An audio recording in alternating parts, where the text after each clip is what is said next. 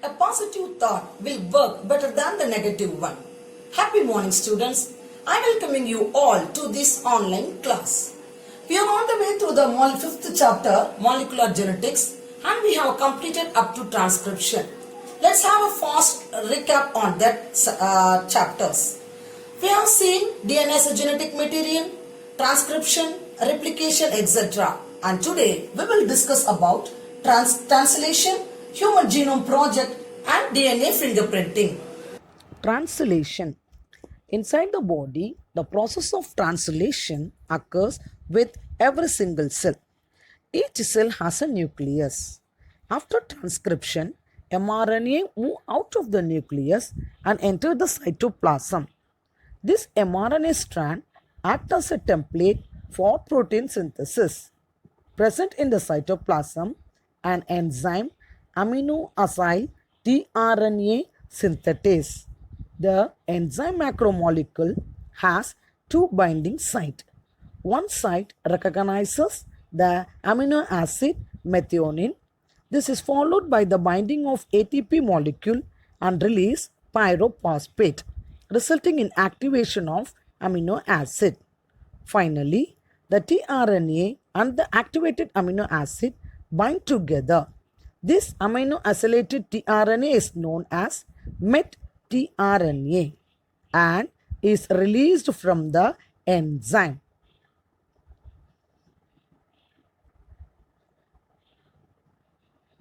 Met-tRNA is released from the enzyme. This makes the commencement of the first stage of protein synthesis. This stage is called as the initiation stage.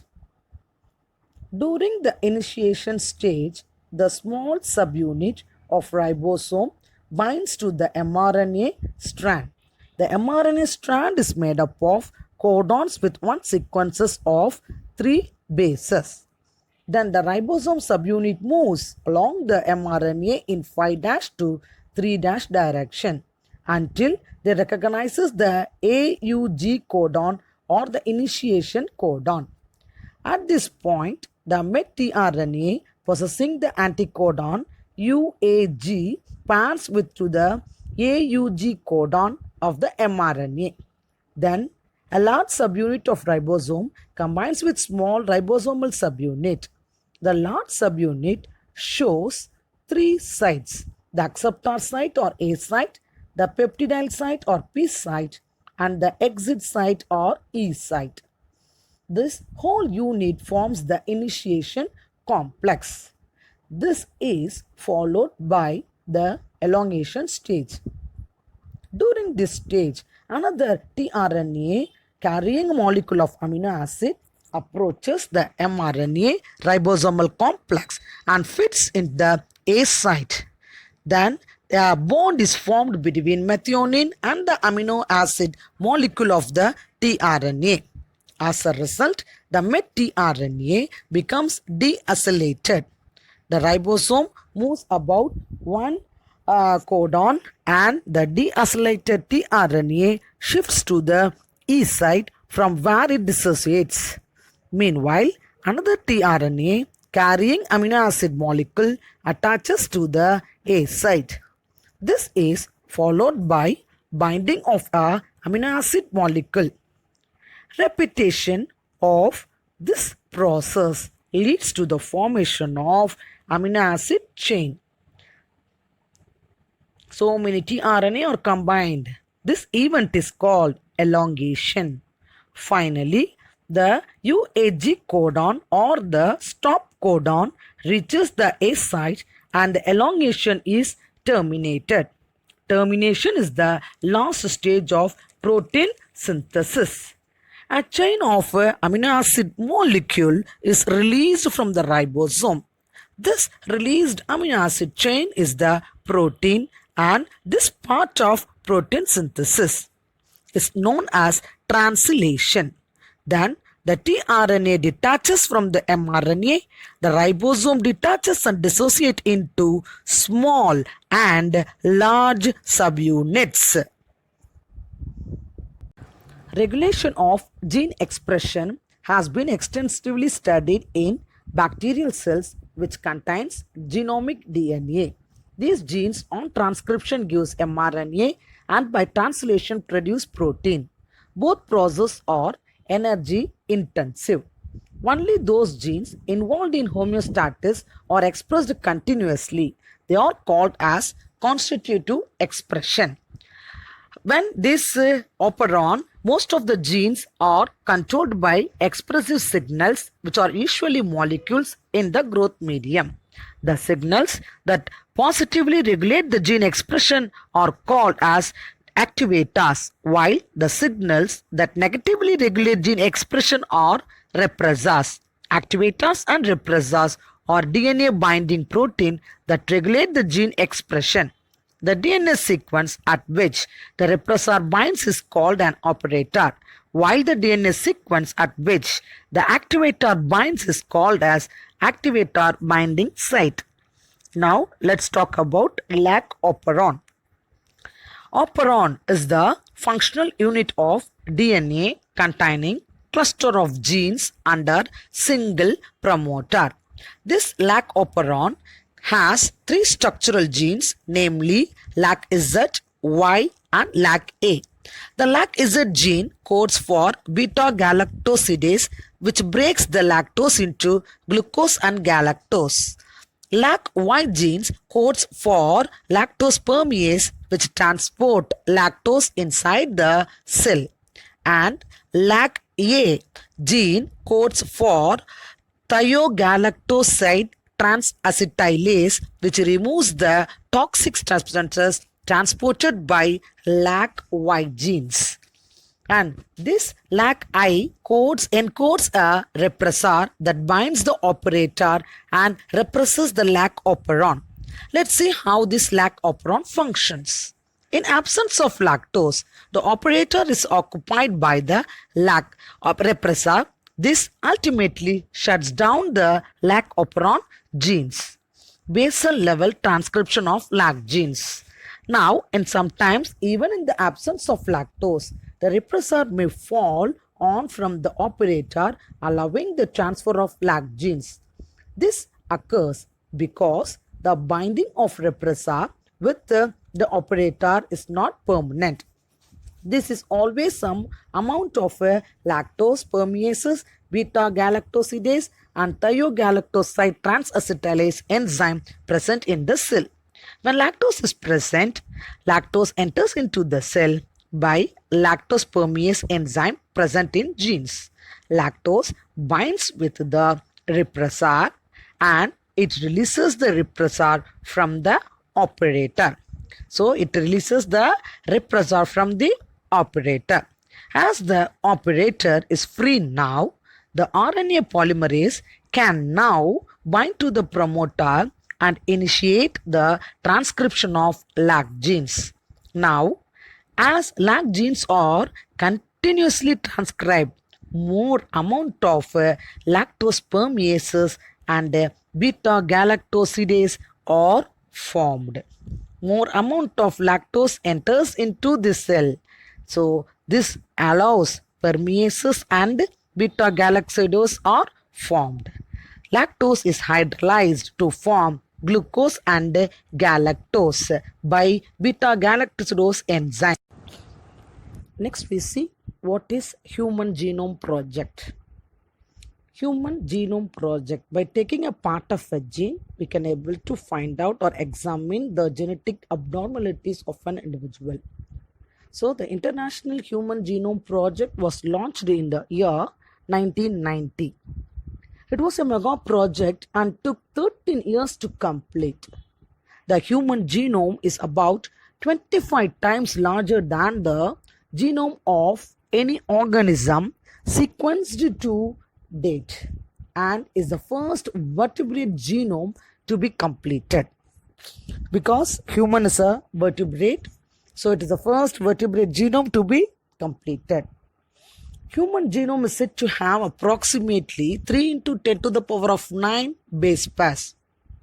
Human Genome Project was closely associated with the rapid development of new area in biology called the bioinformatics. What is bioinformatics? Getting information about the protein, nucleic acid, etc. in our body from the genes. So it is called as bioinformatics. This HGP is helpful for this bioinformatics. Next is the goals and the methodologies of Human Genome Project. So what are the goals? The main goals of this Human Genome Project are, it helps to identify all the genes. Already I told you there are different base pairs, 3 into 10 to the power of 9 base pairs. So it helps to identify all the genes in human DNA. It helps to determine the sequence of the 3 billion chemical base pairs that make up the human DNA. And it also helps to store this information in database. So these informations are stored in a database, that is in computer. And this Human Genome Project improves the tools for data analysis. So it improves the tools, the means and the tools for data analysis, and transfer the related technologies to other sectors such as industries. So by getting the information, it helps to transfer this to the other tech sectors and address the ethical, legal and social issues that may arise from the project. So these are the goals of Human Genome Project. It's a very important 3-mark question. So the methodologies of the Human Genome Project involve 2 major approaches. One approach was focused on identifying all the genes that are expressed as RNA. They are called as expressed sequence tag, ETS. The first approach is ETS. The other approach was sequence annotation. Here sequencing the whole set of genome was taken that contains all the coding and the non-coding sequences, and later assigning the different regions in the sequences with functions. For sequencing, the total DNA from a cell is isolated and converted into random fragments of relatively smaller sizes and cloned in suitable hosts using specialized vectors. What are vectors? Vectors are used for transmitting these genes. So this cloning results in amplification of pieces of DNA fragments so that it could subsequently be sequenced with ease. Bacteria and yeast are the 2 commonly used hosts, and these vectors are called as. So we can use the bacteria and yeast as a vector. So they are called as BAC and YAC. That is bacterial artificial chromosome and yeast artificial chromosome. The fragments are sequenced using the DNA sequencer. The fragments are sequenced by using DNA sequencer, which was developed by Frederick Sanger. We can call it as a Sanger sequencer. The sequences are then arranged based on the few overlapping regions using unspecialized computer-based programs. So with the help of this specialized computer-based program, they can sequence the overlapping regions. Overlapping means ஒன்று மேலே ஒன்று அடுக்கிறது. So these sequences are subsequently annotated or assigned to each chromosome. The genetic and the physical maps on the genome are assigned using the informations on polymorphism of restriction endonuclease recognition sites and some repetitive DNA sequences called microsatellites. The latest method of sequencing even longer fragments is by a method called shotgun sequencing method. There are 2 methods. One is the microsatellite, another one is the shotgun sequencing method using supercomputers, which has replaced the traditional sequencing methods. Next we move on to the salient features of Human Genome Project. Although Human Genome Project contains 3 billion nucleotide bases, the DNA sequences that encode protein makes up only 5% of the genome. An average gene consists of 3,000 bases, the largest known human gene being dystrophin with 2.4 million bases. And third one is the function of 50% of the genome is derived from transposable elements such as LINE, line, and ALU sequence, arithmetic logic unit sequence. Genes are distributed over 24 chromosomes. Chromosome 19 has the highest gene density. So which chromosome has highest gene density? Chromosome 19. Chromosome 13 and Y chromosome have lowest gene densities. The lowest gene density is chromosome 13 and the highest gene density is chromosome 19. The chromosomal organization of human genes shows diversity. That means difference in the characteristics. There may be 35,000 to 40,000 genes in the genome, and almost 99.9 nucleotide bases are exactly the same in all people. So most of this 99.9 nucleotide bases are same for all the people. Only 1% will change. The functions for over 50% of discovered gene are unknown. Less than 2% of the genome codes for protein. The repeated sequences make up very large portion of the human genome. The repeated sequences have no direct coding function, but they show the light on chromosome structure, dynamics, and evolution that it helps in genetic diversity. Chromosome 1 has 2,968 genes, whereas chromosome Y has 231 genes. There may be difference in the number of genes in chromosomes. Scientists have identified about 1.4 million locations where single base DNA differences, that means SNP, single nucleotide polymorphism, pronounced as we can call it as a SNPs, occurs in humans. Identification of these SNPs is helpful in finding the chromosomal location for disease associated sequences and tracing the human history. So these are the salient features of Human Genome Project, where you will get 1 marks and 2 marks, and it may be also asked in 5 marks. Next is the applications and the future challenges of this Human Genome Project. So what are the applications or what are the uses? The mapping of human chromosome is possible to examine a person's DNA and helps to identify, number 1, genetic abnormalities. Number 2, it is useful in diagnosing diseases. Number 3, it helps to provide genetic counseling to those planning to have children. And next one is, this kind of information also create possibilities for new gene therapy. You know about gene therapy. What is gene therapy? Transfer or changing of a defective gene by a normal gene. Besides providing clues to understand human biology, learning about non-human organisms, DNA sequences can lead to an understanding of their natural capabilities that can be applied towards solving challenges in healthcare, agriculture, energy production, and environmental remediation. So, what are the important advantages? What are the symptoms? Once the genetic sequence become easier to determine, some people may attempt to use this information to profit or for political power. And so many insurance companies may refuse to insure the people at genetic risk, and this would save the companies the expenses of future medical bills incurred by less than perfect people. Another fear is that attempts are being made to breed out certain genes of people from human population in order to create a perfect race. DNA fingerprinting. Each of us have the same chemical structure of DNA, but there are millions of differences in the DNA sequences of base pair.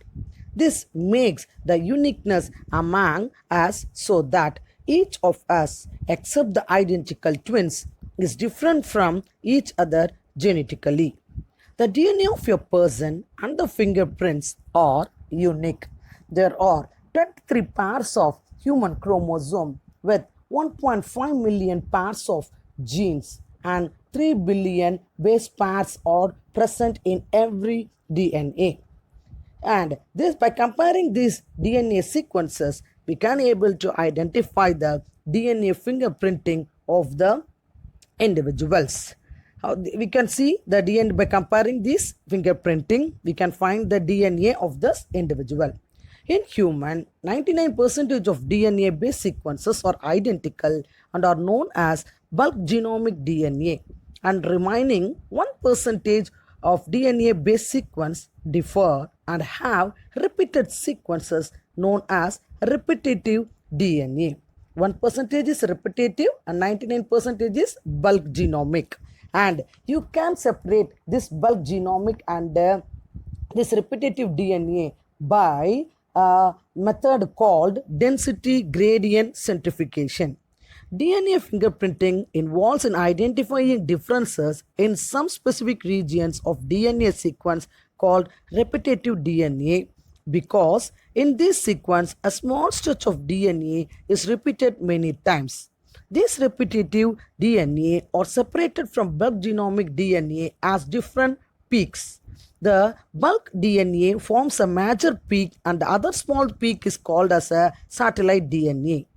Depending on the composition, base composition, length of the segment and number of repetitive units, the satellite DNA is classified into two types, mini-satellite and microsatellite. These sequences do not code for any protein, but they form a large portion of human genome.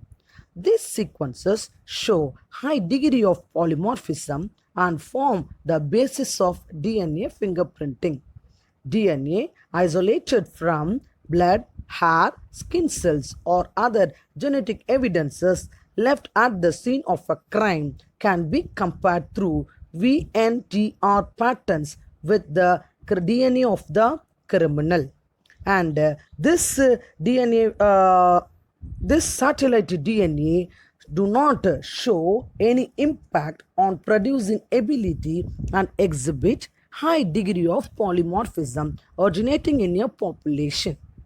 DNA polymorphism is resulted either by mutation in somatic cells or by germ cells, which accumulates over generation. DNA polymorphism is the guiding principle behind the genetic mapping, therefore helps in DNA fingerprinting techniques. This DNA fingerprinting techniques was first developed by Alec Jeffer in 1985. This technique involves southern blot hybridization, which used radio-labeled VNTR as probe. VNTR is a small sequence of DNA arranged randomly in several copies, which varies from one chromosome to another in an individual. A very high degree of polymorphism is seen in these repeats due to the size of VNTR, which varies from 0.1 to 20 kilobytes. Now, we will see the steps involved in DNA fingerprinting. First one is the extraction of DNA from a sample of blood or semen. Second one is the polymerization PCR, polymerase chain reaction. Many copies of DNA can be produced by PCR. Then fragmenting of DNA takes place. So it can be fragmented by restriction enzymes which cut the DNA into smaller fragments. Fourth step is the separation of DNA by electrophoresis. During electrophoresis in an agarose gel, the DNA fragments are separated into bands of different sizes. The fifth one is the denaturing DNA by using alkaline chemicals or by heating. And sixth one is the blotting. The DNA band pattern in the gel is transferred to a thin nylon membrane placed over the size fractioned DNA strand by southern blotting. Seventh one, by using the probes to identify the DNA. So a radioactive probe is used to identify the DNA bands. And eighth one is the hybridization with that probe. After the probe hybridizes, The excess probe washed off. A photographic film is placed on the membrane, or X-ray film can be used on the membrane containing DNA hybrids. Ninth one is the exposure on film to make a genetic or a DNA fingerprint. The radioactive label exposes the film to form an image corresponding to the DNA bands. The thick and the thin dark bands forms a pattern of bars which constitute a genetic fingerprint.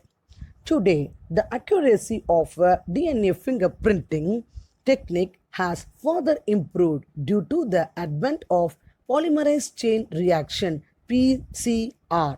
While multiple copies of DNA sequence can be made by this PCR, DNA fingerprinting has also advanced due to the use of different types of DNA probes. DNA probes are used to form the different DNA fingerprinting. If you see the applications of DNA fingerprinting, it is used in the forensic labs. It can be used for the identification of a person involved in criminal activities. And it is also used for settling the paternity or maternity disputes and in determining the relationship for immigration purposes. And it is also used as a pedigree analysis for evolution, inherited patterns of genes through generation, and for detecting the inherited diseases.